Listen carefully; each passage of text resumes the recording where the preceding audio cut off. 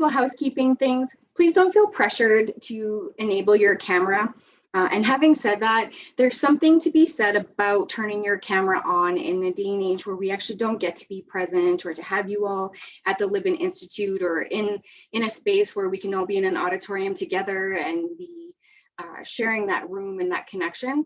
So if you feel inclined, please do turn your camera on, be present with us, engage with us. You know, that's what we're here for, is to be with you. Be mindful of your privacy, please, when you're asking any questions or sharing your personal details. And if at any time you're uncomfortable with any questions that you may have, or it's just a little bit too personal for you to share, but you'd really like to get an answer to something, please do private message myself or Megan, and her and I will facilitate your questions for you. Megan Smith is our events coordinator at Libin Cardiovascular Institute, and she'll be present with us tonight as well. So the next slide, please, Michelle. So we're all here tonight because of Libin Moves. So the Libin Moves initiative was started to get people moving, to really inspire something new, something different, excite some new energies, share some new activities that maybe we're not exposed to on a regular basis, but especially because of the situation that we're all in right now. So as adults, we need a minimum of 150 minutes of moderate to strenuous physical activity. We're certainly not out to train Olympic athletes. Please don't think that that's what we're here for. I am certainly not doing that myself. And there's plenty of resources on libinmoves.ca. There's lots of live classes, recorded classes. There's plenty of workouts on there, lots of webinars and workshops to participate in. And of course, there's some fun prizes to keep us motivated. If you don't mind going to the next slide. Couple upcoming Move events are some webinars actually, but this May 18th is the Soul Body Bar. I also know that there's a Bollywood dance class, and I happened to participate in that one a couple weeks ago. It was really great fun. There's yoga as well. That's on Wednesday afternoons and Wednesday evenings. And then on June 22nd, we're specifically targeting some men's mental health as well for Men's Health Month. If you decide to participate and have a good time participating in any of the Libin Moves events, please feel free to do a selfie or take a picture of your husband, wife, partner, friend, whoever is doing these things with you, and just tag us in them, and we'll promote that throughout the Libin Moves campaign. So that would be at hashtag Libin Moves, or if you're social media keener, which I'm not. Somebody asked me what my tag was on Instagram today, and I said I had no idea. So that's our institute tags. I learn something new every day. And then our next slide, please, Michelle. So our two presenters tonight, I've been lucky enough to take a course from them. So we have Michele Moon and Jessica Hinton. Michele is the team lead for the Wellbeing and Worklife in Staff Wellness at the University of Calgary. She's an occupational therapist and health promoter with an interest in healthy workplaces. Michele is grateful to see the compassion and empathy every day at U Calgary and the broader Calgary community, and is really driven to promote well-being so we can meet the challenges that are ahead of us or with us at the moment. Jessica Hinton is the advisor for Wellbeing and Worklife in Staff Wellness at the University of Calgary. Her professional background includes health promotion, focusing on the prevention of illness and injury, and the reduction of mental illness stigma in the workplace. She believes that well-being is unique for each of us and is enhanced by a strong community, and appreciates discussing the various perspectives of health. So just before I hand this over to the ladies to start our session tonight, if you feel so inclined, please use your chat box and just drop a 1 or 2 word sentence in there about what you're really up to getting out of this session tonight, and we'll see if we can meet your needs. Thank you so much, and I'll hand it over to Michele and Jessica now. Thank you so much, Heather. We really appreciate being here with you. It's a privilege and a pleasure to get to speak with you this evening. I'm so curious to look at the chat. I'm gonna look away for a while and get us started. First of all, we often hear this analogy of navigation in rough waters when we talk about our collective experience of this last year. And I'm going to use it and extend it to this boat, which you may have seen this part of the analogy before too, in order to acknowledge that we share the same storm, but we're not all in the same boat. That is, we can all be coming from different places and circumstances during this time, and each of us are impacted by COVID-19 differently. So whether we're in a tugboat or a dinghy or a great big yacht, we all have a different experience here with COVID-19 on this last year. So Jessica and my goal is to help you to reflect on what you need to navigate those storms. For me, I also like to reflect on the unique stressors of the different folks around us and to think about exercising patience, empathy, and compassion with ourselves and with others as we all navigate these uncharted waters together. And I really know how to beat an analogy to death. Jessica could tell you so, but I will probably go back to that today in my presentation. Another important thing before we share some really tangible strategies is to frame the concept a bit. And this concept that your reaction is your reaction might seem kind of obvious, but it also actually upon reflection helps us again. So everyone reacts differently to situations. We all know this, yet sometimes it's hard to remember that in the moment, right? When we see someone behaving in a way that might be different from us, or with a belief that might be different from us, or act differently than we expect them to, it's hard to remember that our reactions are okay and that they're valid. And during times of uncertainty, change, loss, grief, and mourning, all of which some of us may have felt in this last year, and more recently, the last couple of weeks perhaps, we can expect to see reactions fall into some of these categories here. For example, for physical reactions, we may experience headaches or sleep disturbances. Some of us may have become less active, and judging by the fact that you're here, some of you may have become more active. That might be a consequence or something that's part of our reaction, if you will. We have behavioral reactions. So some of us may have become withdrawn, maybe a reduction in our own morale, or a tendency to blame.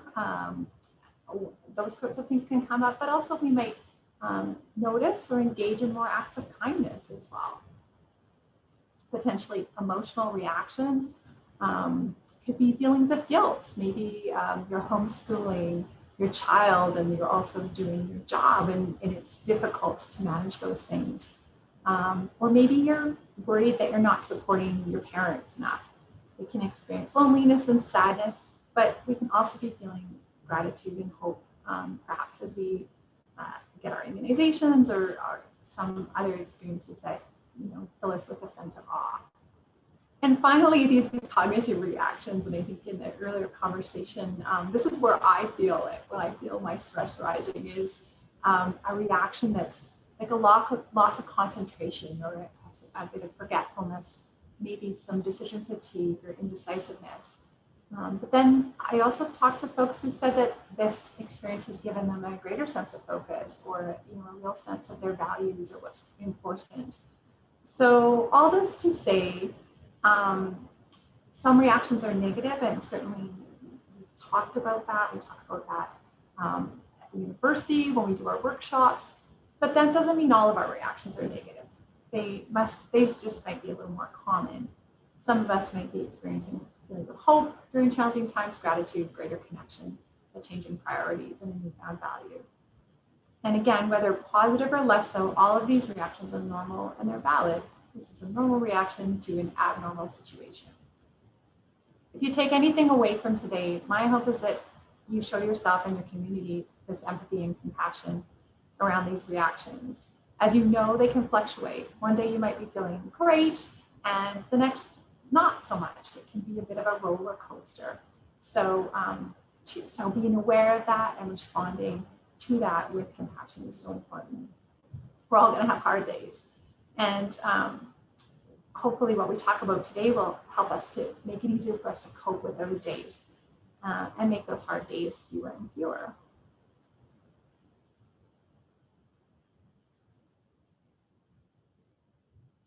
I'd also like to take a few minutes to discuss what resilience is, what it isn't, and bring in some newer research or ideas around resiliency that have really been driven home during the COVID-19 response. We all know that over our lifetime we'll face adversity and significant sources of stress. These are inevitable. You may have family, relationship problems, health challenges, workplace issues, financial uncertainty, and we can now add a global pandemic to that resume or to that list of things that we've experienced. And our ability to cope with these challenges, to adapt, to rebound, and to continue is the foundation of resiliency, that whole concept of bouncing back. But the thing about resilience is that it requires our ongoing attention and commitment. It's something that we need to replenish and something that can grow. How I look at building resilience is an investment in ourselves, in our families, and in our communities. That is, acknowledging that to prepare for those inevitable life ups and down part, the down part of our ups and downs, we need to adopt some strategies and even some training. So right now, I'd just like you to reflect and bring to mind someone that you know, maybe a loved one, that is really resilient. And if you're happy to pop in the chat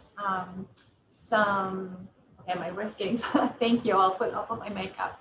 If you're happy to pop in the chat some characteristics of people that are resilient in your life, I'd really like to see those. What do you notice about people who are particularly resilient?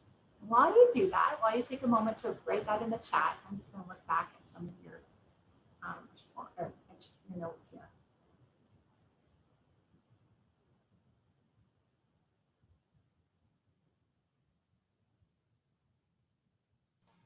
Hey, Michele, I'm just getting a couple notes in the chat about the sound quality. Are you able to maybe try and not use the buds and just with the mic, or is the mic through your computer having trouble as well? I think it'll be both. I'm going to try it the other way.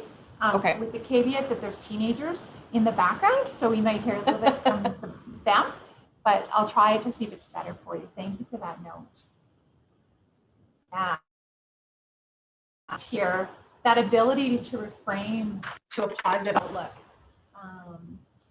and that open-mindedness and flexibility, an easygoingness, a happiness, a positive outlook, viewing the world with optimism. They believe they can change and improve their life. And you're so right, Laura, there's that internal locus of control, and they're loving. And often we know that people who possess resilience also possess strong relationships. We know that strong relationships and connections with people are protective, and absolutely the great sense of humor there. All of these are so true and great answers. And just a little sound check. Is that better since I've taken off the mic? No? It's a little staticky, but I think in the lens of being resilient, we're going to keep going. Carry on. I told you being closer there, so hopefully we can articulate. That's bad. That's worse. Sorry, Michele. Okay. All right. So there's also, Ron has mentioned this, creativity and adaptation and ability to overcome challenges. These are all so much exactly. It's like you've written the literature. Yes, they're all traits that we see common amongst folks with resiliency. Now, even though we have these traits. Sorry, Michele, I'm so sorry. Now we can't hear you at all. Are you okay if I jump in and just or do you want to try the earbuds again? I know how frustrating this is for you. It's so interesting because we sound checked everything, but is that any better? Again? Yeah, I think it's okay. Okay. Sorry, folks, about this. We'll go back to the drawing board with IT tomorrow. Okay. And yeah, I don't think anyone else has mics on, but if possible, everybody could check their mute. That can help sometimes too. And I'm glad it's better. Thank you, Lori. All right. So I'll keep going, and just jump in and take over if it becomes not helpful at all for me to continue. Okay. So being resilient doesn't mean we just power through. And it doesn't mean that we don't feel sad, angry, or upset when we face challenges. In fact, experiencing those emotions is an important part of resilience. It simply means that we find ways to cope and we find ways to deal with the challenges.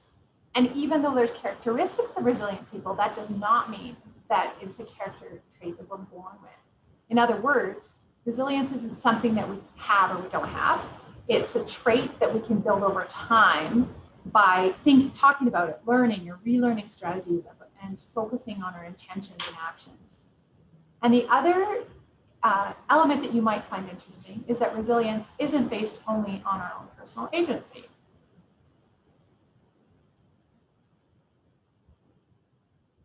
According to Dr. Michael Ungar, who is a social worker at Dalhousie University and a Canadian research chair in resilience, he adds to the definition of resilience by stating that it's our capacity, individually or in groups, to navigate our way to psychological, social, cultural, and physical resources that we need for well-being. It is our capacity to negotiate for those resources to be offered to us in culturally and contextually meaningful ways. And that's a really key point about resilience. What it means is resilience is not just based on a personal construct, but on the resources that are available to us. And most importantly, I believe, if those resources have value to us in the moment. Unger cites the details that emerged during the Fort McMurray fire, which, while typically resources like this, we talk about, well, we're going to need access to mental health professionals, right? We talk about that now. It's going to be very important to have mental health professionals to support us, and they are vital. But during a natural disaster, the days and the weeks that followed, the resource that was most contextually meaningful in the case of the Fort McMurray fires was access to financial aid and insurance adjusters. So anyone who's interested more in Michael Ungar's work, we have the benefit of him coming to speak at the University of Calgary 2 months ago for our campus mental health strategy progress event. And it was a great way to hear about how we as a community can develop and find resources that are meaningful, such as this Live in Loop campaign and the rich resources that Live in has curated and been sharing with us for that. Okay, I've got one more slide, and then we'll pass it over to Jazz. But well-being is multidimensional, and for it to be meaningful, it needs to have relevant activities, and those can be quite individual to us. So I can't stand up here and say, well, you know what you've got to do for resilience, you've got to do this, this, or this. That's not going to work. There's no one formula or one thing that will help you to be resilient. You actually know some things that work for you, but knowing in this case is not half the battle. And I don't know if anyone's heard of that phrase before, knowing is half the battle. Does it ring a bell for anyone? If so, pop it in the chat. But it actually comes from G.I. Joe back in the 80s. The G.I. Joe show had this segment where they talked about safety moment and knowing is half the battle. But interestingly, Yale professor of psychology, Laurie Santos, who hosts the Happiness Lab podcast and the immensely successful massive online open course or MOOC called The Science of Wellbeing, which I understand is linked from Live in Loop's website, has named this G.I. Joe fallacy, with this belief that knowing what we need to do for our health and well-being, and by extension our resilience, is not all we need to contribute to our well-being. That is, it's not a literacy problem. Rather, it's a practice and habits and dedication to self-maintenance that are key. Maybe our habits have dropped off, and mine have on and off throughout the pandemic, I'll say. Or there might be barriers to accessing the usual things that you turn to for resilience. For example, I lean heavily on my extended family and friends for support, and I can't interact with them as I usually do. Or maybe your go-to is the gym and you can't go there now. So Jess is going to share some ideas for overcoming barriers to our self-care and resilience strategies. But to get us going, if you would please share in the chat what you've been doing that's been effective for self-care during the pandemic. What things have worked for you?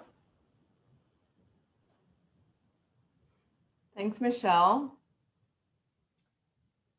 And thanks, I see some stuff coming into the chat already. Eating, reading, and dance, baking. Gosh, I got on that sourdough kick right at the beginning. It was,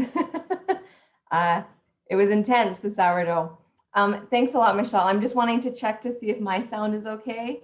Brenda, I can see you. Okay, there we go. And Michele, I'll ask you to, again, monitor the chat if we have any direct questions. I'm going to dive into some specific contextual resources. I have to say, really, over the past year, messaging around this term resilience, this term self-care has really increased. And what Michele and I have found in Wellbeing and Worklife is that, yes, these strategies are useful during a pandemic, but really for any time of change, any time of uncertainty, or increased time of stress, loss, these strategies, again, can be very impactful. Those strategies are up on the screen: implementing structure routine, remaining physically active, monitoring media intake, paying attention to how you're feeling and seeking support if needed, and staying connected. Again, each one of these strategies, like most self-care, like most resiliency strategies, have really one main component in common, and that's that we have control over these actions. That's the overarching theme, the common thread, the piece that I'm going to reiterate over and over again, that during challenging times, focusing on things that we can control can be so positive and have such impact. I'm going to go into detail into each one of the strategies, but I kind of want to pause here. I think whenever I say pause, it means I'm going off script. So watch out. What is Jessica going to say? I just want to pause because I want to acknowledge that for some of you, these strategies may not be anything new. You know, when we talk about this at U Calgary, I always like to look at the room and see if people are giving me the, oh, okay, I like this strategy, or like the scrunched up, lady, I wanted a unicorn and you're giving me a strategy I already know. Either one is okay. Either response is okay.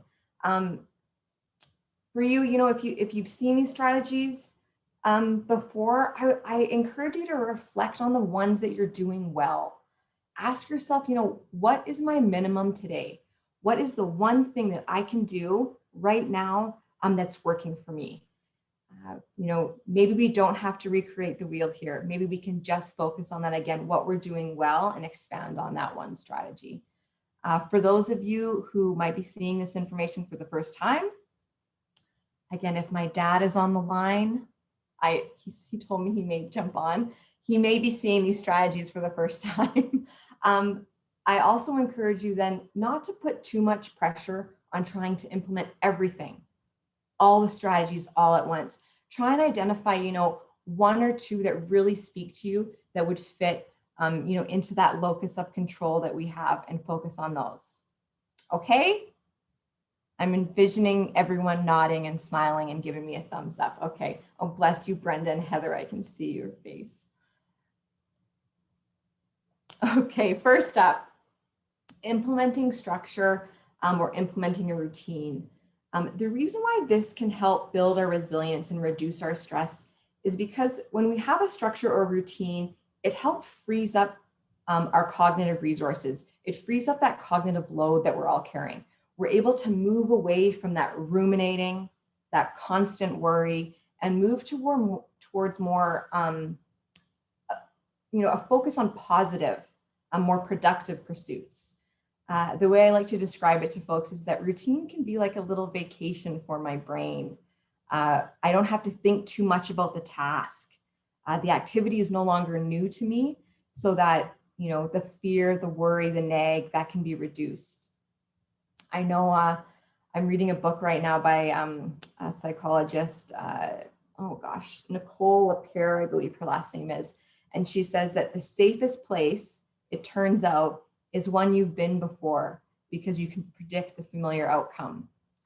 Oops, I went forward. I really like that because, again, our brain wants to be safe. It wants to be protected. The best example I have for freeing up that cognitive resource is designating specific times for meals and meal prepping. If I have to think about what's for dinner, again, one more time after a stressful day is not going to be good in my house. Having a specific meal time, like 6 o'clock, we have dinner in my home, regardless of how the day progresses, a Zoom call with a friend, rising case counts, new restrictions, whatever it is. In our home, we know that we have dinner at 6. So why can this be impactful during times of change? Is because this is the one thing that we can cling to. I know at 6 o'clock, I'm going to sit down and eat. And if you live with others in your home, that certainly can be something that they cling to too. I think of children and sitting down and having dinner together. The same thing can really be said about scheduling mental and physical breaks throughout the day. At 10 o'clock, we put it in our digital calendar or on a Post-it note that 10 o'clock, we're going for a 5-minute walk. Literally scheduling that time in will make it more likely that we actually, again, take that break. This allows for that mental and physical pause and reset. I know someone mentioned in the chat that they're looking for new perspectives. Having this mental pause and mental break can allow for that new perspective to come. Another suggestion is creating a realistic and achievable daily task list. I literally just roll my eyes when I hear that word, like realistic, like please. What in the past 15 months in my life has been realistic? Not much. But when I sit down at the beginning of my workday to write out my task list, I'm going to give you an example of what I mean by realistic. If I sit down and there's 10 things on that list, and one of them is to call a bank or like the CRA or any agency that I'm going to be on hold for an hour, that to-do list isn't going to get done. And then what's going to happen is I'm going to feel like a failure. So creating that realistic to-do list, how that increases my resilience is when I check off that thing I did, it increases my self-efficacy. And what self-efficacy is the belief in myself that I can do the thing, I can do it well, and I can continue to do it. So again, why that task list is so important is, again, to build that self-efficacy. The final suggestion here is to get really, really clear on expectations, both in the workplace, but also outside of the workplace. So within family responsibilities, for example. Again, during times of change, uncertainty, it's really easy just to slip into the habit of doing things the way they've always been done and just keep powering through. We're going to keep doing it. Doesn't matter if it doesn't work anymore, we're going to keep doing it. Maybe our 16-year-old doesn't know that we expect them to clean the bathroom on Saturdays. Maybe they're unaware that that's the expectation. Having a conversation around expectations may result in said 16-year-old thinking that their talents lay in making lunch maybe for the family. When I was preparing for this session, I was talking to my partner and I was like, what's an expectation that like I have of you that you don't really know about? He's like, that he gave me this expectation. So I'm going to share it with you. I expect my partner, when I'm getting ready for work in the morning, to make me a coffee, bring that coffee to me while like singing a show tune, telling me I look capable and smart and well-rested. He didn't know that before. Obviously, I'm being facetious here, but again, having those conversations around clear expectations can really, add that level of control over our day-to-day and maybe help save a relationship in the process as well. Okay, of all the self-care strategies and resilience strategies out there, I would guess that we have the most understanding around the benefits of remaining physically active, especially with the amazing programming that the Institute, that Libin has developed and shared with the community. We know that remaining physically active can improve our cardiovascular health, mobility, longevity, sleep, mental health, resiliency. We know this, so why is it that some of us find it difficult to remain active? And Maureen, I think in the chat you had mentioned motivation. I don't know if it was motivation to remain physically active or another sphere of motivation, but I struggle with this piece around motivation. So my hand is up here. I definitely, I know going for a walk is going to make me feel better. So why do I decide to watch like 8 hours of Law and Order reruns and eat a bag of 2-bite brownies for dinner? I know this isn't going to help me, but what can help impact my ability to change? What will be my change agent? This motivator, this change will be different for everyone. But again, I wanted to share with you what has helped me, what did help me earlier this year. And it was absolutely the CSEP, the 24-hour movement guide. I know there has been a number of workshops around this. And Michele, I'm so sorry to throw you this. Can you, oh, you did it already. Thank you so much. This webinar is fabulous. It has Dr. Ross and Dr. Campbell explaining the guidelines in detail. Please, I encourage you to watch it. It's a great hour and 10 minutes. I'm going to share with you why I like the guidelines so much. But first, I guess I'll do a quick recap of it. So the guidelines vary slightly per age group, but essentially what they do is they show us what a healthy 24 hours looks like when it comes to physical activity, sedentary behaviors, and sleep. Again, the overarching theme, the overarching guideline here, or maybe the one that I'm most drawn to, is this idea of how do we make our whole day matter? How do we make it mean something? To me, that's like an existential just gift from the universe to think of something like that. The way the guidelines actually break it down, I find impactful. So first, they say we need to move more. We should aim for at least, and I know Heather mentioned this at the beginning, 150 minutes per week of moderate to vigorous aerobic physical activity. Muscle strengthening activities using major muscle groups twice a week, and balancing exercises for those of us who are over the age of 65. The second bucket is focusing on reducing sedentary time. We should be limiting that sedentary time to 8 hours. Oh, that's a tough one. I don't know if anyone else feels that tough, but that's like the toughest one for me. No more than 3 hours of recreational screen time. Heather's new to Instagram, so we're going to see how her recreational screen time increases. And then finally, the sleep bucket. So sleeping well, aiming to 7 to 9 hours of good quality sleep, or 7 to 8 for those of us over the age of 65. But what's important here is the guidelines suggest that we find a consistent bed and wake up time. Okay, so to circle back to why I love this idea of how do we make our whole day matter, I'm going to take a quick sip of water.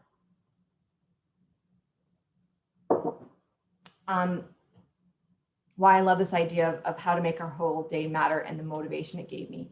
So first, the statement has us focusing on just one day, and that is doable. The guidelines aren't urging us to sign up to run an Ironman. Maybe they are, I just I missed that part of the guideline, but I don't think it is. They're not setting up goals for all of 21 for the whole pandemic. It's just one day, focusing on making healthy choices just for one day. On the days that I'm struggling, I only have to focus on today. In my community, I belong to a recovery community. We have a saying, keep your head where your feet are. Just now, just today, and make the best choice you can. The other reason why I love this, the guidelines also remind me of the concept of compound interest. So yes, the guidelines have us focusing on 24 hours, but the actions we do impact the next day, the following day, just like compound interest, which is essentially, interest on initial investment. When we focus on 24 hours, the gains we've made on that day trickle down to the next and the next and the next. And then all of a sudden it's, weeks, months down the road, and we've truly impacted our health, really life-changing ways. Gosh, I talk a lot. I'm really sorry. I'm going to power through this. Next strategy, monitoring, media intake. This one is hard too. They're all difficult, aren't they? Starting with focusing on purposeful consumption. Staying up to date and informed is obviously vital during a pandemic, but too much information can really have unintended impacts to our mental health. Like the previous strategies, even though it's difficult, this is one that we really have control over. when we're able to find really credible fact-based sources that minimize that use, the use of sensationalized language and images, we aren't exposing ourselves to unnecessary stress, gratuitous fear, catastrophic thinking when we find those credible and fact-based sources. In previous workshops, I've suggested what those credible and fact-based news sources are, and I've received some constructive feedback that those were not said credible or fact-based. So I will let you all choose what that news source is. Focusing on mindful consumption. Again, when we're looking at headlines and social media, and those images are pushing us into fight or flight, eliciting a stress response in us, that's the last thing we want, right? We just wanted to see a video of like a panda sneezing. We didn't want to be in the stress response. So if that's happening when you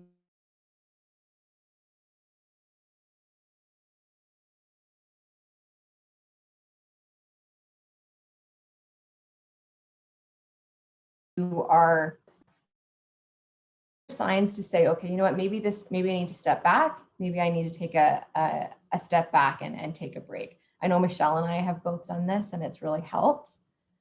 With that being said, there's also a lot of amazing stories of service, of kindness that are happening right now, just not on mainstream media.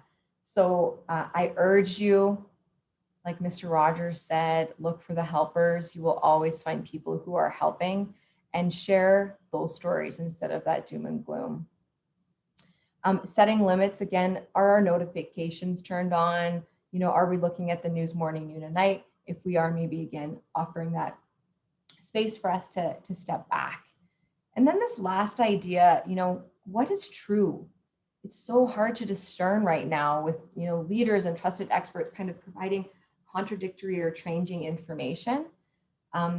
We know there's good quality evidence out there, and maybe some not so much. We need to empathize. Well, I'm suggesting for myself too, empathizing with the folks that are learning and researching, compiling this information, because it's changing so often. A bit of grace to know that people are doing their best, and that that we can remember that when we're going through our social media pages may be helpful. Okay, the fourth self-care strategy, fourth resiliency strategy is paying attention to how you're feeling and seeking support if needed. We've broken this slide down into self-reflection and seeking support. So first we have the Mental Health Commission of Canada's self-check. This is a self-assessment tool that is aligned with their mental health continuum tool. And the tool, what it does is identify several signs and indicators that we may be experiencing as we move back and forth on this continuum. And the assessment includes strategies to address the issues that we've identified and resources to support. So the link is there on the slide. Early on in the pandemic, the Government of Canada launched a free online mental health support platform called Wellness Together Canada that provides us with basically curated resources based on the results of an evidence-based self-assessment. The resources include everything from mood tracking to goal setting, reflection, one-on-one to group counseling. Again, all online, all free, all available to Canadians. Really, if there is a positive, I don't even want to say that word, if there's a positive to COVID-19. I can't think of a better word right now, so I'm just going to leave it there. But if there is, a little bit of good to come out of this, I would say it would be the spotlight that we have put on the importance of mental health, and particularly access to care and reducing the barriers to seeking help. The city, I guess there could be some people on the line not from Calgary. So the city of Calgary has launched this program called Community Connect YYC, and it aligns recently with the recently launched Calgary Mental Health and Addiction Strategy. So what Community Connect YYC is committed to is rapid access to counseling and reducing the barriers to seeking help. Thanks for adding those links in there. Of course, we have access to the amazing resources at Alberta Health Services, Access Mental Health. These resources include everything from proactive measures to assisting those of us that find ourselves in crisis. There's also an amazing resource through Canadian Association of Mental Health called the Recovery College. This program offers online courses that are developed and delivered by peer supporters who have lived experience. I'm looking at the time, but I really want to say this. I'm going to pause here. We know what that means off script. What is she going to say? I can tell I get nervous when my throat goes like that. Seeking help was critical to my journey through recovery. I have experience with 3 different mental illnesses, and I can honestly say that I don't think I would be here talking to you today if I didn't have access to the supports listed on this page and many others. I wish I could go through all of those resources and the impacts they had to me personally, but that's a whole other presentation. What I want to say is that if you are unsure where to start, please reach out to someone in your community that you trust, a family member, a coworker, a friend, a primary care provider, or again, one of the resources that we've listed or that the Institute's listed. Help is there. Okay, back on script. I got one more strategy before we open it up. Staying connected to each other is so important, but why? Like we know, but why?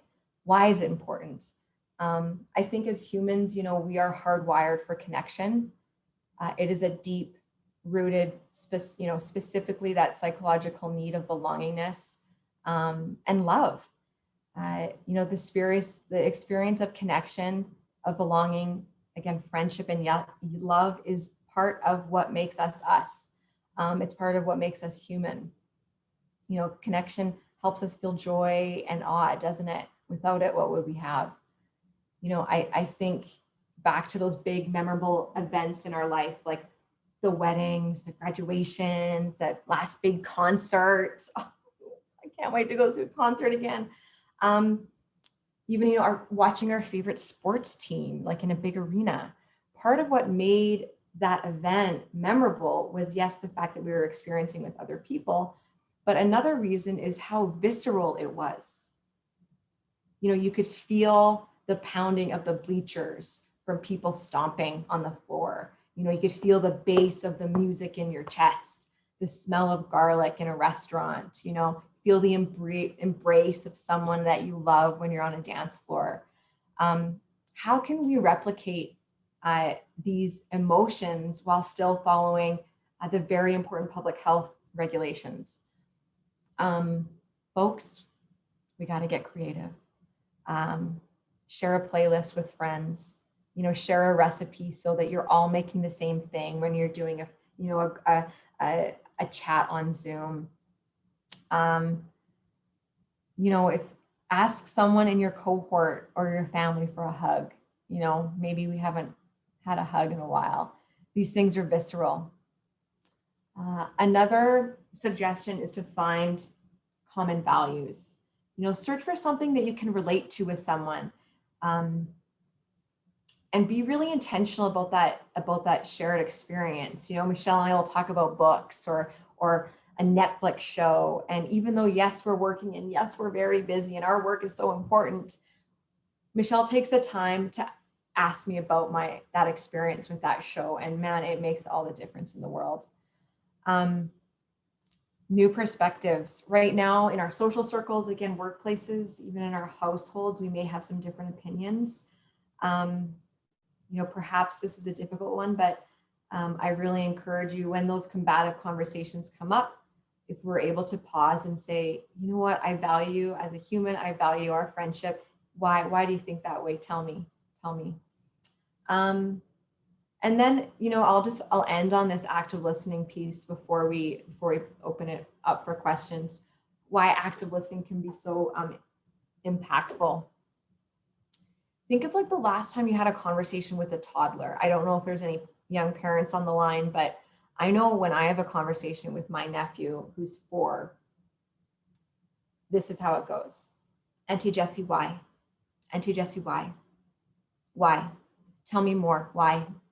He doesn't have that 40 years of lived experience and the desire to fix me. He just wants to share the story, and he just wants to have a conversation. So yeah, I'm going to pause here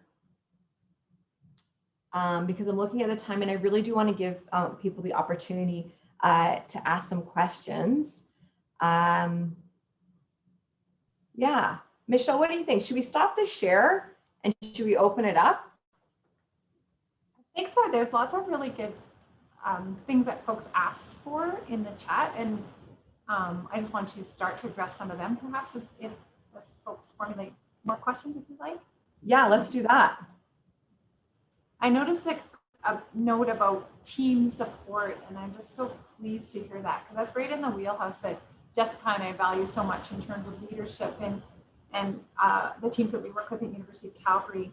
And knowing how to support your team is so much about modeling, valuing your own self-care. So getting up and doing that walk, just talking about valorizing. We like to really valorize, and there's a title coming up about our busyness, right? We're really good at valorizing our busyness and saying, I'm so busy today and I had so much to do. And this, I'm not denying that we do. There's people doing amazing things in their work just now, but we have to value and valorize, if you will, our self-care. It was important for me to take that break and leave my desk and go for a walk. It is important that we seek help when we want early, because if we're struggling, we want to reach out to a trusted person, like Jessica said, early, to help us from moving to the right on the continuum of the tool that we shared in the chat. So I just want to put a plug in for modeling when it comes to our teams and our families. Our kids see us at our desks. Especially now, if they walk down the stairs, they see me there. They need to see me get up and take my lunch. They need to see me go for my walk, and I need to talk about that. So I just love that you're looking for that, and I imagine because you are modeling that. Michele, can I add to that? Mm-hmm. So I'm not a leader. I'm not a people leader in my workplace. Michele is my leader, so I'm going to kind of talk about her like she's not here. The thing that is so impactful, has been so impactful for me, I'm relatively new to Calgary. I started right before COVID hit. And what I noticed really early on with my leaders in my group is that they weren't afraid to share some vulnerability. Gone are the days that, everything's fine, everything's perfect, we're just going to keep powering through. For me, it's really important to see sometimes my leaders say, yeah, today was a bad day. I struggled, giving a specific time to vent or a specific time to review those struggles. Kind of like a semicolon when we think of resilience. In that semicolon is where we pause and reflect.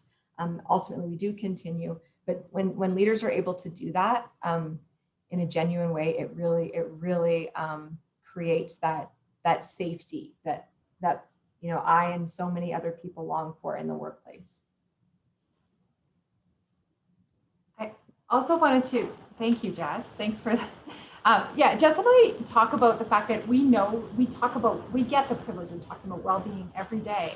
That doesn't mean we don't struggle, each of us and all in our community, with kind of setting that up again. Oh, I really did great with yoga in January, but in February, I'm going to have to reset, start a new strategy, get back on the horse. So again, it's those habits and bringing down the barriers. Mm-hmm. Michele, I see one question around recommendations for people who work rotating shifts, and I can address that one quickly. Again, early on in COVID, I had the privilege of chatting with our corporate security team, and our chief was on the call, and he gave such a great advice around this. And his advice was to, regardless of when the shift is, very similar to what the 24-hour guidelines are suggesting, is to create almost a pre-bedtime and a wake-up routine that is the same, regardless of when you're going to bed or waking up. So make a kind of a ritual, if it's, 15 minutes or whatever that is, whatever that looks like for you. So again, you're able to put just a little bit of structure into that day. I thought that was gold, that piece of advice. Michele, do you have anything to add on that? Yeah, I was just looking up trusted sources on it, such as the CCOHS. Just help me with the acronym there, because I'm on, but OSHA Answers it's called. And they talk about, again, that set schedule. We want to make sure we avoid the blue light screens for an hour before we go to sleep. So that's an important part of it too. And then there's things that we can tweak in terms of our routine, like temperature and an optimal sleep temperature, which is taking the temperature down to 18.5. Apparently, we had a scholar at the University of Calgary that did it and talked to that. So there's just some, and masks can help. So masks help us with keeping the daylight, which plays with our circadian rhythms. White noise, letting everybody in your family know that expectation. So Jess talked about expectations. So, kind of getting them in on the mom, dad need their sleep. I also noticed a question about self-talk, and it's one of our favorite topics. So I don't know, Jess, shall I start and you jump in, or do you want to start? You go right ahead. Okay, one of my favorite self-talk things. So self-talk's that script that we have narrating our day all day long. Kind of look at her, she's going over to do, she was late for that meeting, that's bad, And so we can be really nice in our self-talk, or we can be kind of a jerk to ourselves sometimes in what we tell ourselves about what's happening as we illustrate our lives. So a really good pointer, or one of the ones I use, is that best friend filter. I think of someone that I love or loves me, that's compassionate in their actions with me, and I see if what's coming into my brain, what would be something they would say to me. Would they say to me, that was a really stupid example that you gave in that workshop? Or would they say, it might not have been your best example, but most of the time you do a pretty good example. I wouldn't worry about it. Let's move forward. So just really want to offer ourselves flexibility in our self-talk, like we would offer someone that we love and care about. And so flexibility and the best friend filter. What would you add, Jess? Oh, I remember early on when I went to counseling, I did this session and my counselor suggested that I write down every negative thought I had. I did it for a week. I don't know if I would recommend doing that during a global pandemic. Maybe start with a day. And the intent was to write it all down. And at the end of the night, look at it, at the end of the day, look at it, and then flip it for a positive. I still have that written down in my journal, and I look at it often because especially what's interesting during times of stress, that's where my brain, and I don't know the research on it, but I think other brains tend to go more negative during times of stress. But when it's written down like that, when it's concrete, the way my brain works is I'm more able to, again, flip it more quickly. I'm more in the moment and say, my favorite go-to is, oh, Jesse, you're a dummy. Like I call myself a dummy. I would never call another human a dummy, but I call myself a dummy. So I say, I look at that word and then I flip it. Yeah, that's my tip on self-talk. I do want to pause before everyone jumps off the line. And Heather, I asked you to put it in the chat, but do you want to just speak to what participants can expect? And I don't feel comfortable. I don't know the program that well, what they're going to be getting. That's okay, not a problem. So all of the participants tonight, the reason we collected your home addresses or mail addresses is to make sure that you got a package of flashcards. And in these flashcards is going to be some really pocket size things you can carry around with you, little reminders of small things, small events, small pieces that you can do to adjust, change your motivation, change your day. And then there's some emergency resources at the end, at the back actually. And all I did was have Megan send me a picture of those emergency resources, and I've kept them in my phone now. So I have them with me everywhere I go. So if you don't want to carry the cards around, that's okay. Take a picture of the one that speaks to you the most, make it your phone wallpaper, if you will, and maybe you can share it that way as well, but you'll get them in the mail. I think we promised to put up our emails, and then we kind of stop the slide so we can see your beautiful faces. So I'm just going to put our contact information in the chat if you'd like to reach out. Yeah, Jody's poison parrot. I love that. That's awesome. Any other questions as we come to a close here, Heather? Is that okay if we take another one? Yeah, please. As long as people are here to listen, I'm okay if you're here to answer. Absolutely. Just scrolling through the chat to make sure. Was there a question from anyone that we did not address yet in the chat that maybe got missed? If there was, please give me a wave or resend it to me. I did want to acknowledge somebody mentioned the change and uncertainty. And uncertainty has been our constant companion this year. And like a strategy that's that might seem so obvious, but really shifted things for me is just uncertainty is it's what we're doing right now. That's the game. We're playing the uncertainty. This is part of the, and wow, am I ever developing muscles to be able to deal with the uncertainty? So that framing that uncertainty is it's a shared experience, a shared challenge. It's painful and acknowledging that, but that sort of, and man, I'm learning to do that. Look at the evidence that we've been able to pivot our workshops online. Look at the evidence that we've been, like the remarkable things that folks in our community, such as our teachers, I think there's a couple educators on the call that have been able to accomplish that. It'd be hard to see that moving forward when we see the challenges of, oh, how are we going to get through final exams, lack of graduations? And we look back and go, wow, look what we've done. I think that's amazing. So the flipping the script on that uncertainty is just what we're doing right now, and we're doing it well. We're doing it well. Better processes, opportunity to imagine better processes. Tell me more about that, Brenda. Like, I really like that. We have this. Hi. So I've been for about 3 years pre-COVID really interested in looking at something regenerative. I think we've lost that human part of our society in our conversation, in our systems. And so I'm very focused on where's the humanness in whatever we're doing.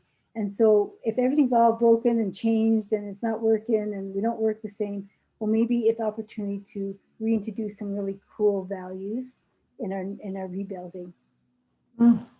Yeah, so I'm very excited about that possibility.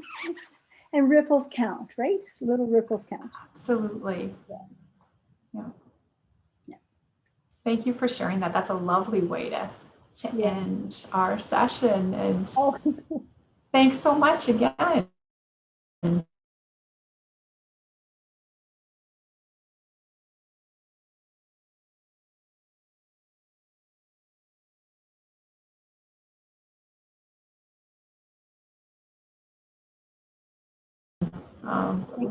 The big group conversation, please do stay on. I will stay on as well and be present for you. And just a quick shout out for Nurses Week. Thank you so much to all of our nurses and fellow nurses. Prior to starting with Libin in September of this last year, September 2020, I've been a critical care nurse in cardiac sciences for 20 years. So I see some of my coworkers and good friends / family now online today, and I'm really happy that you're here today, and thank you so much for everything you're doing out there. Thank you. That's to you, Heather, as our nurse. That's awesome. Thanks, everyone. Have a great night. Thanks, everyone.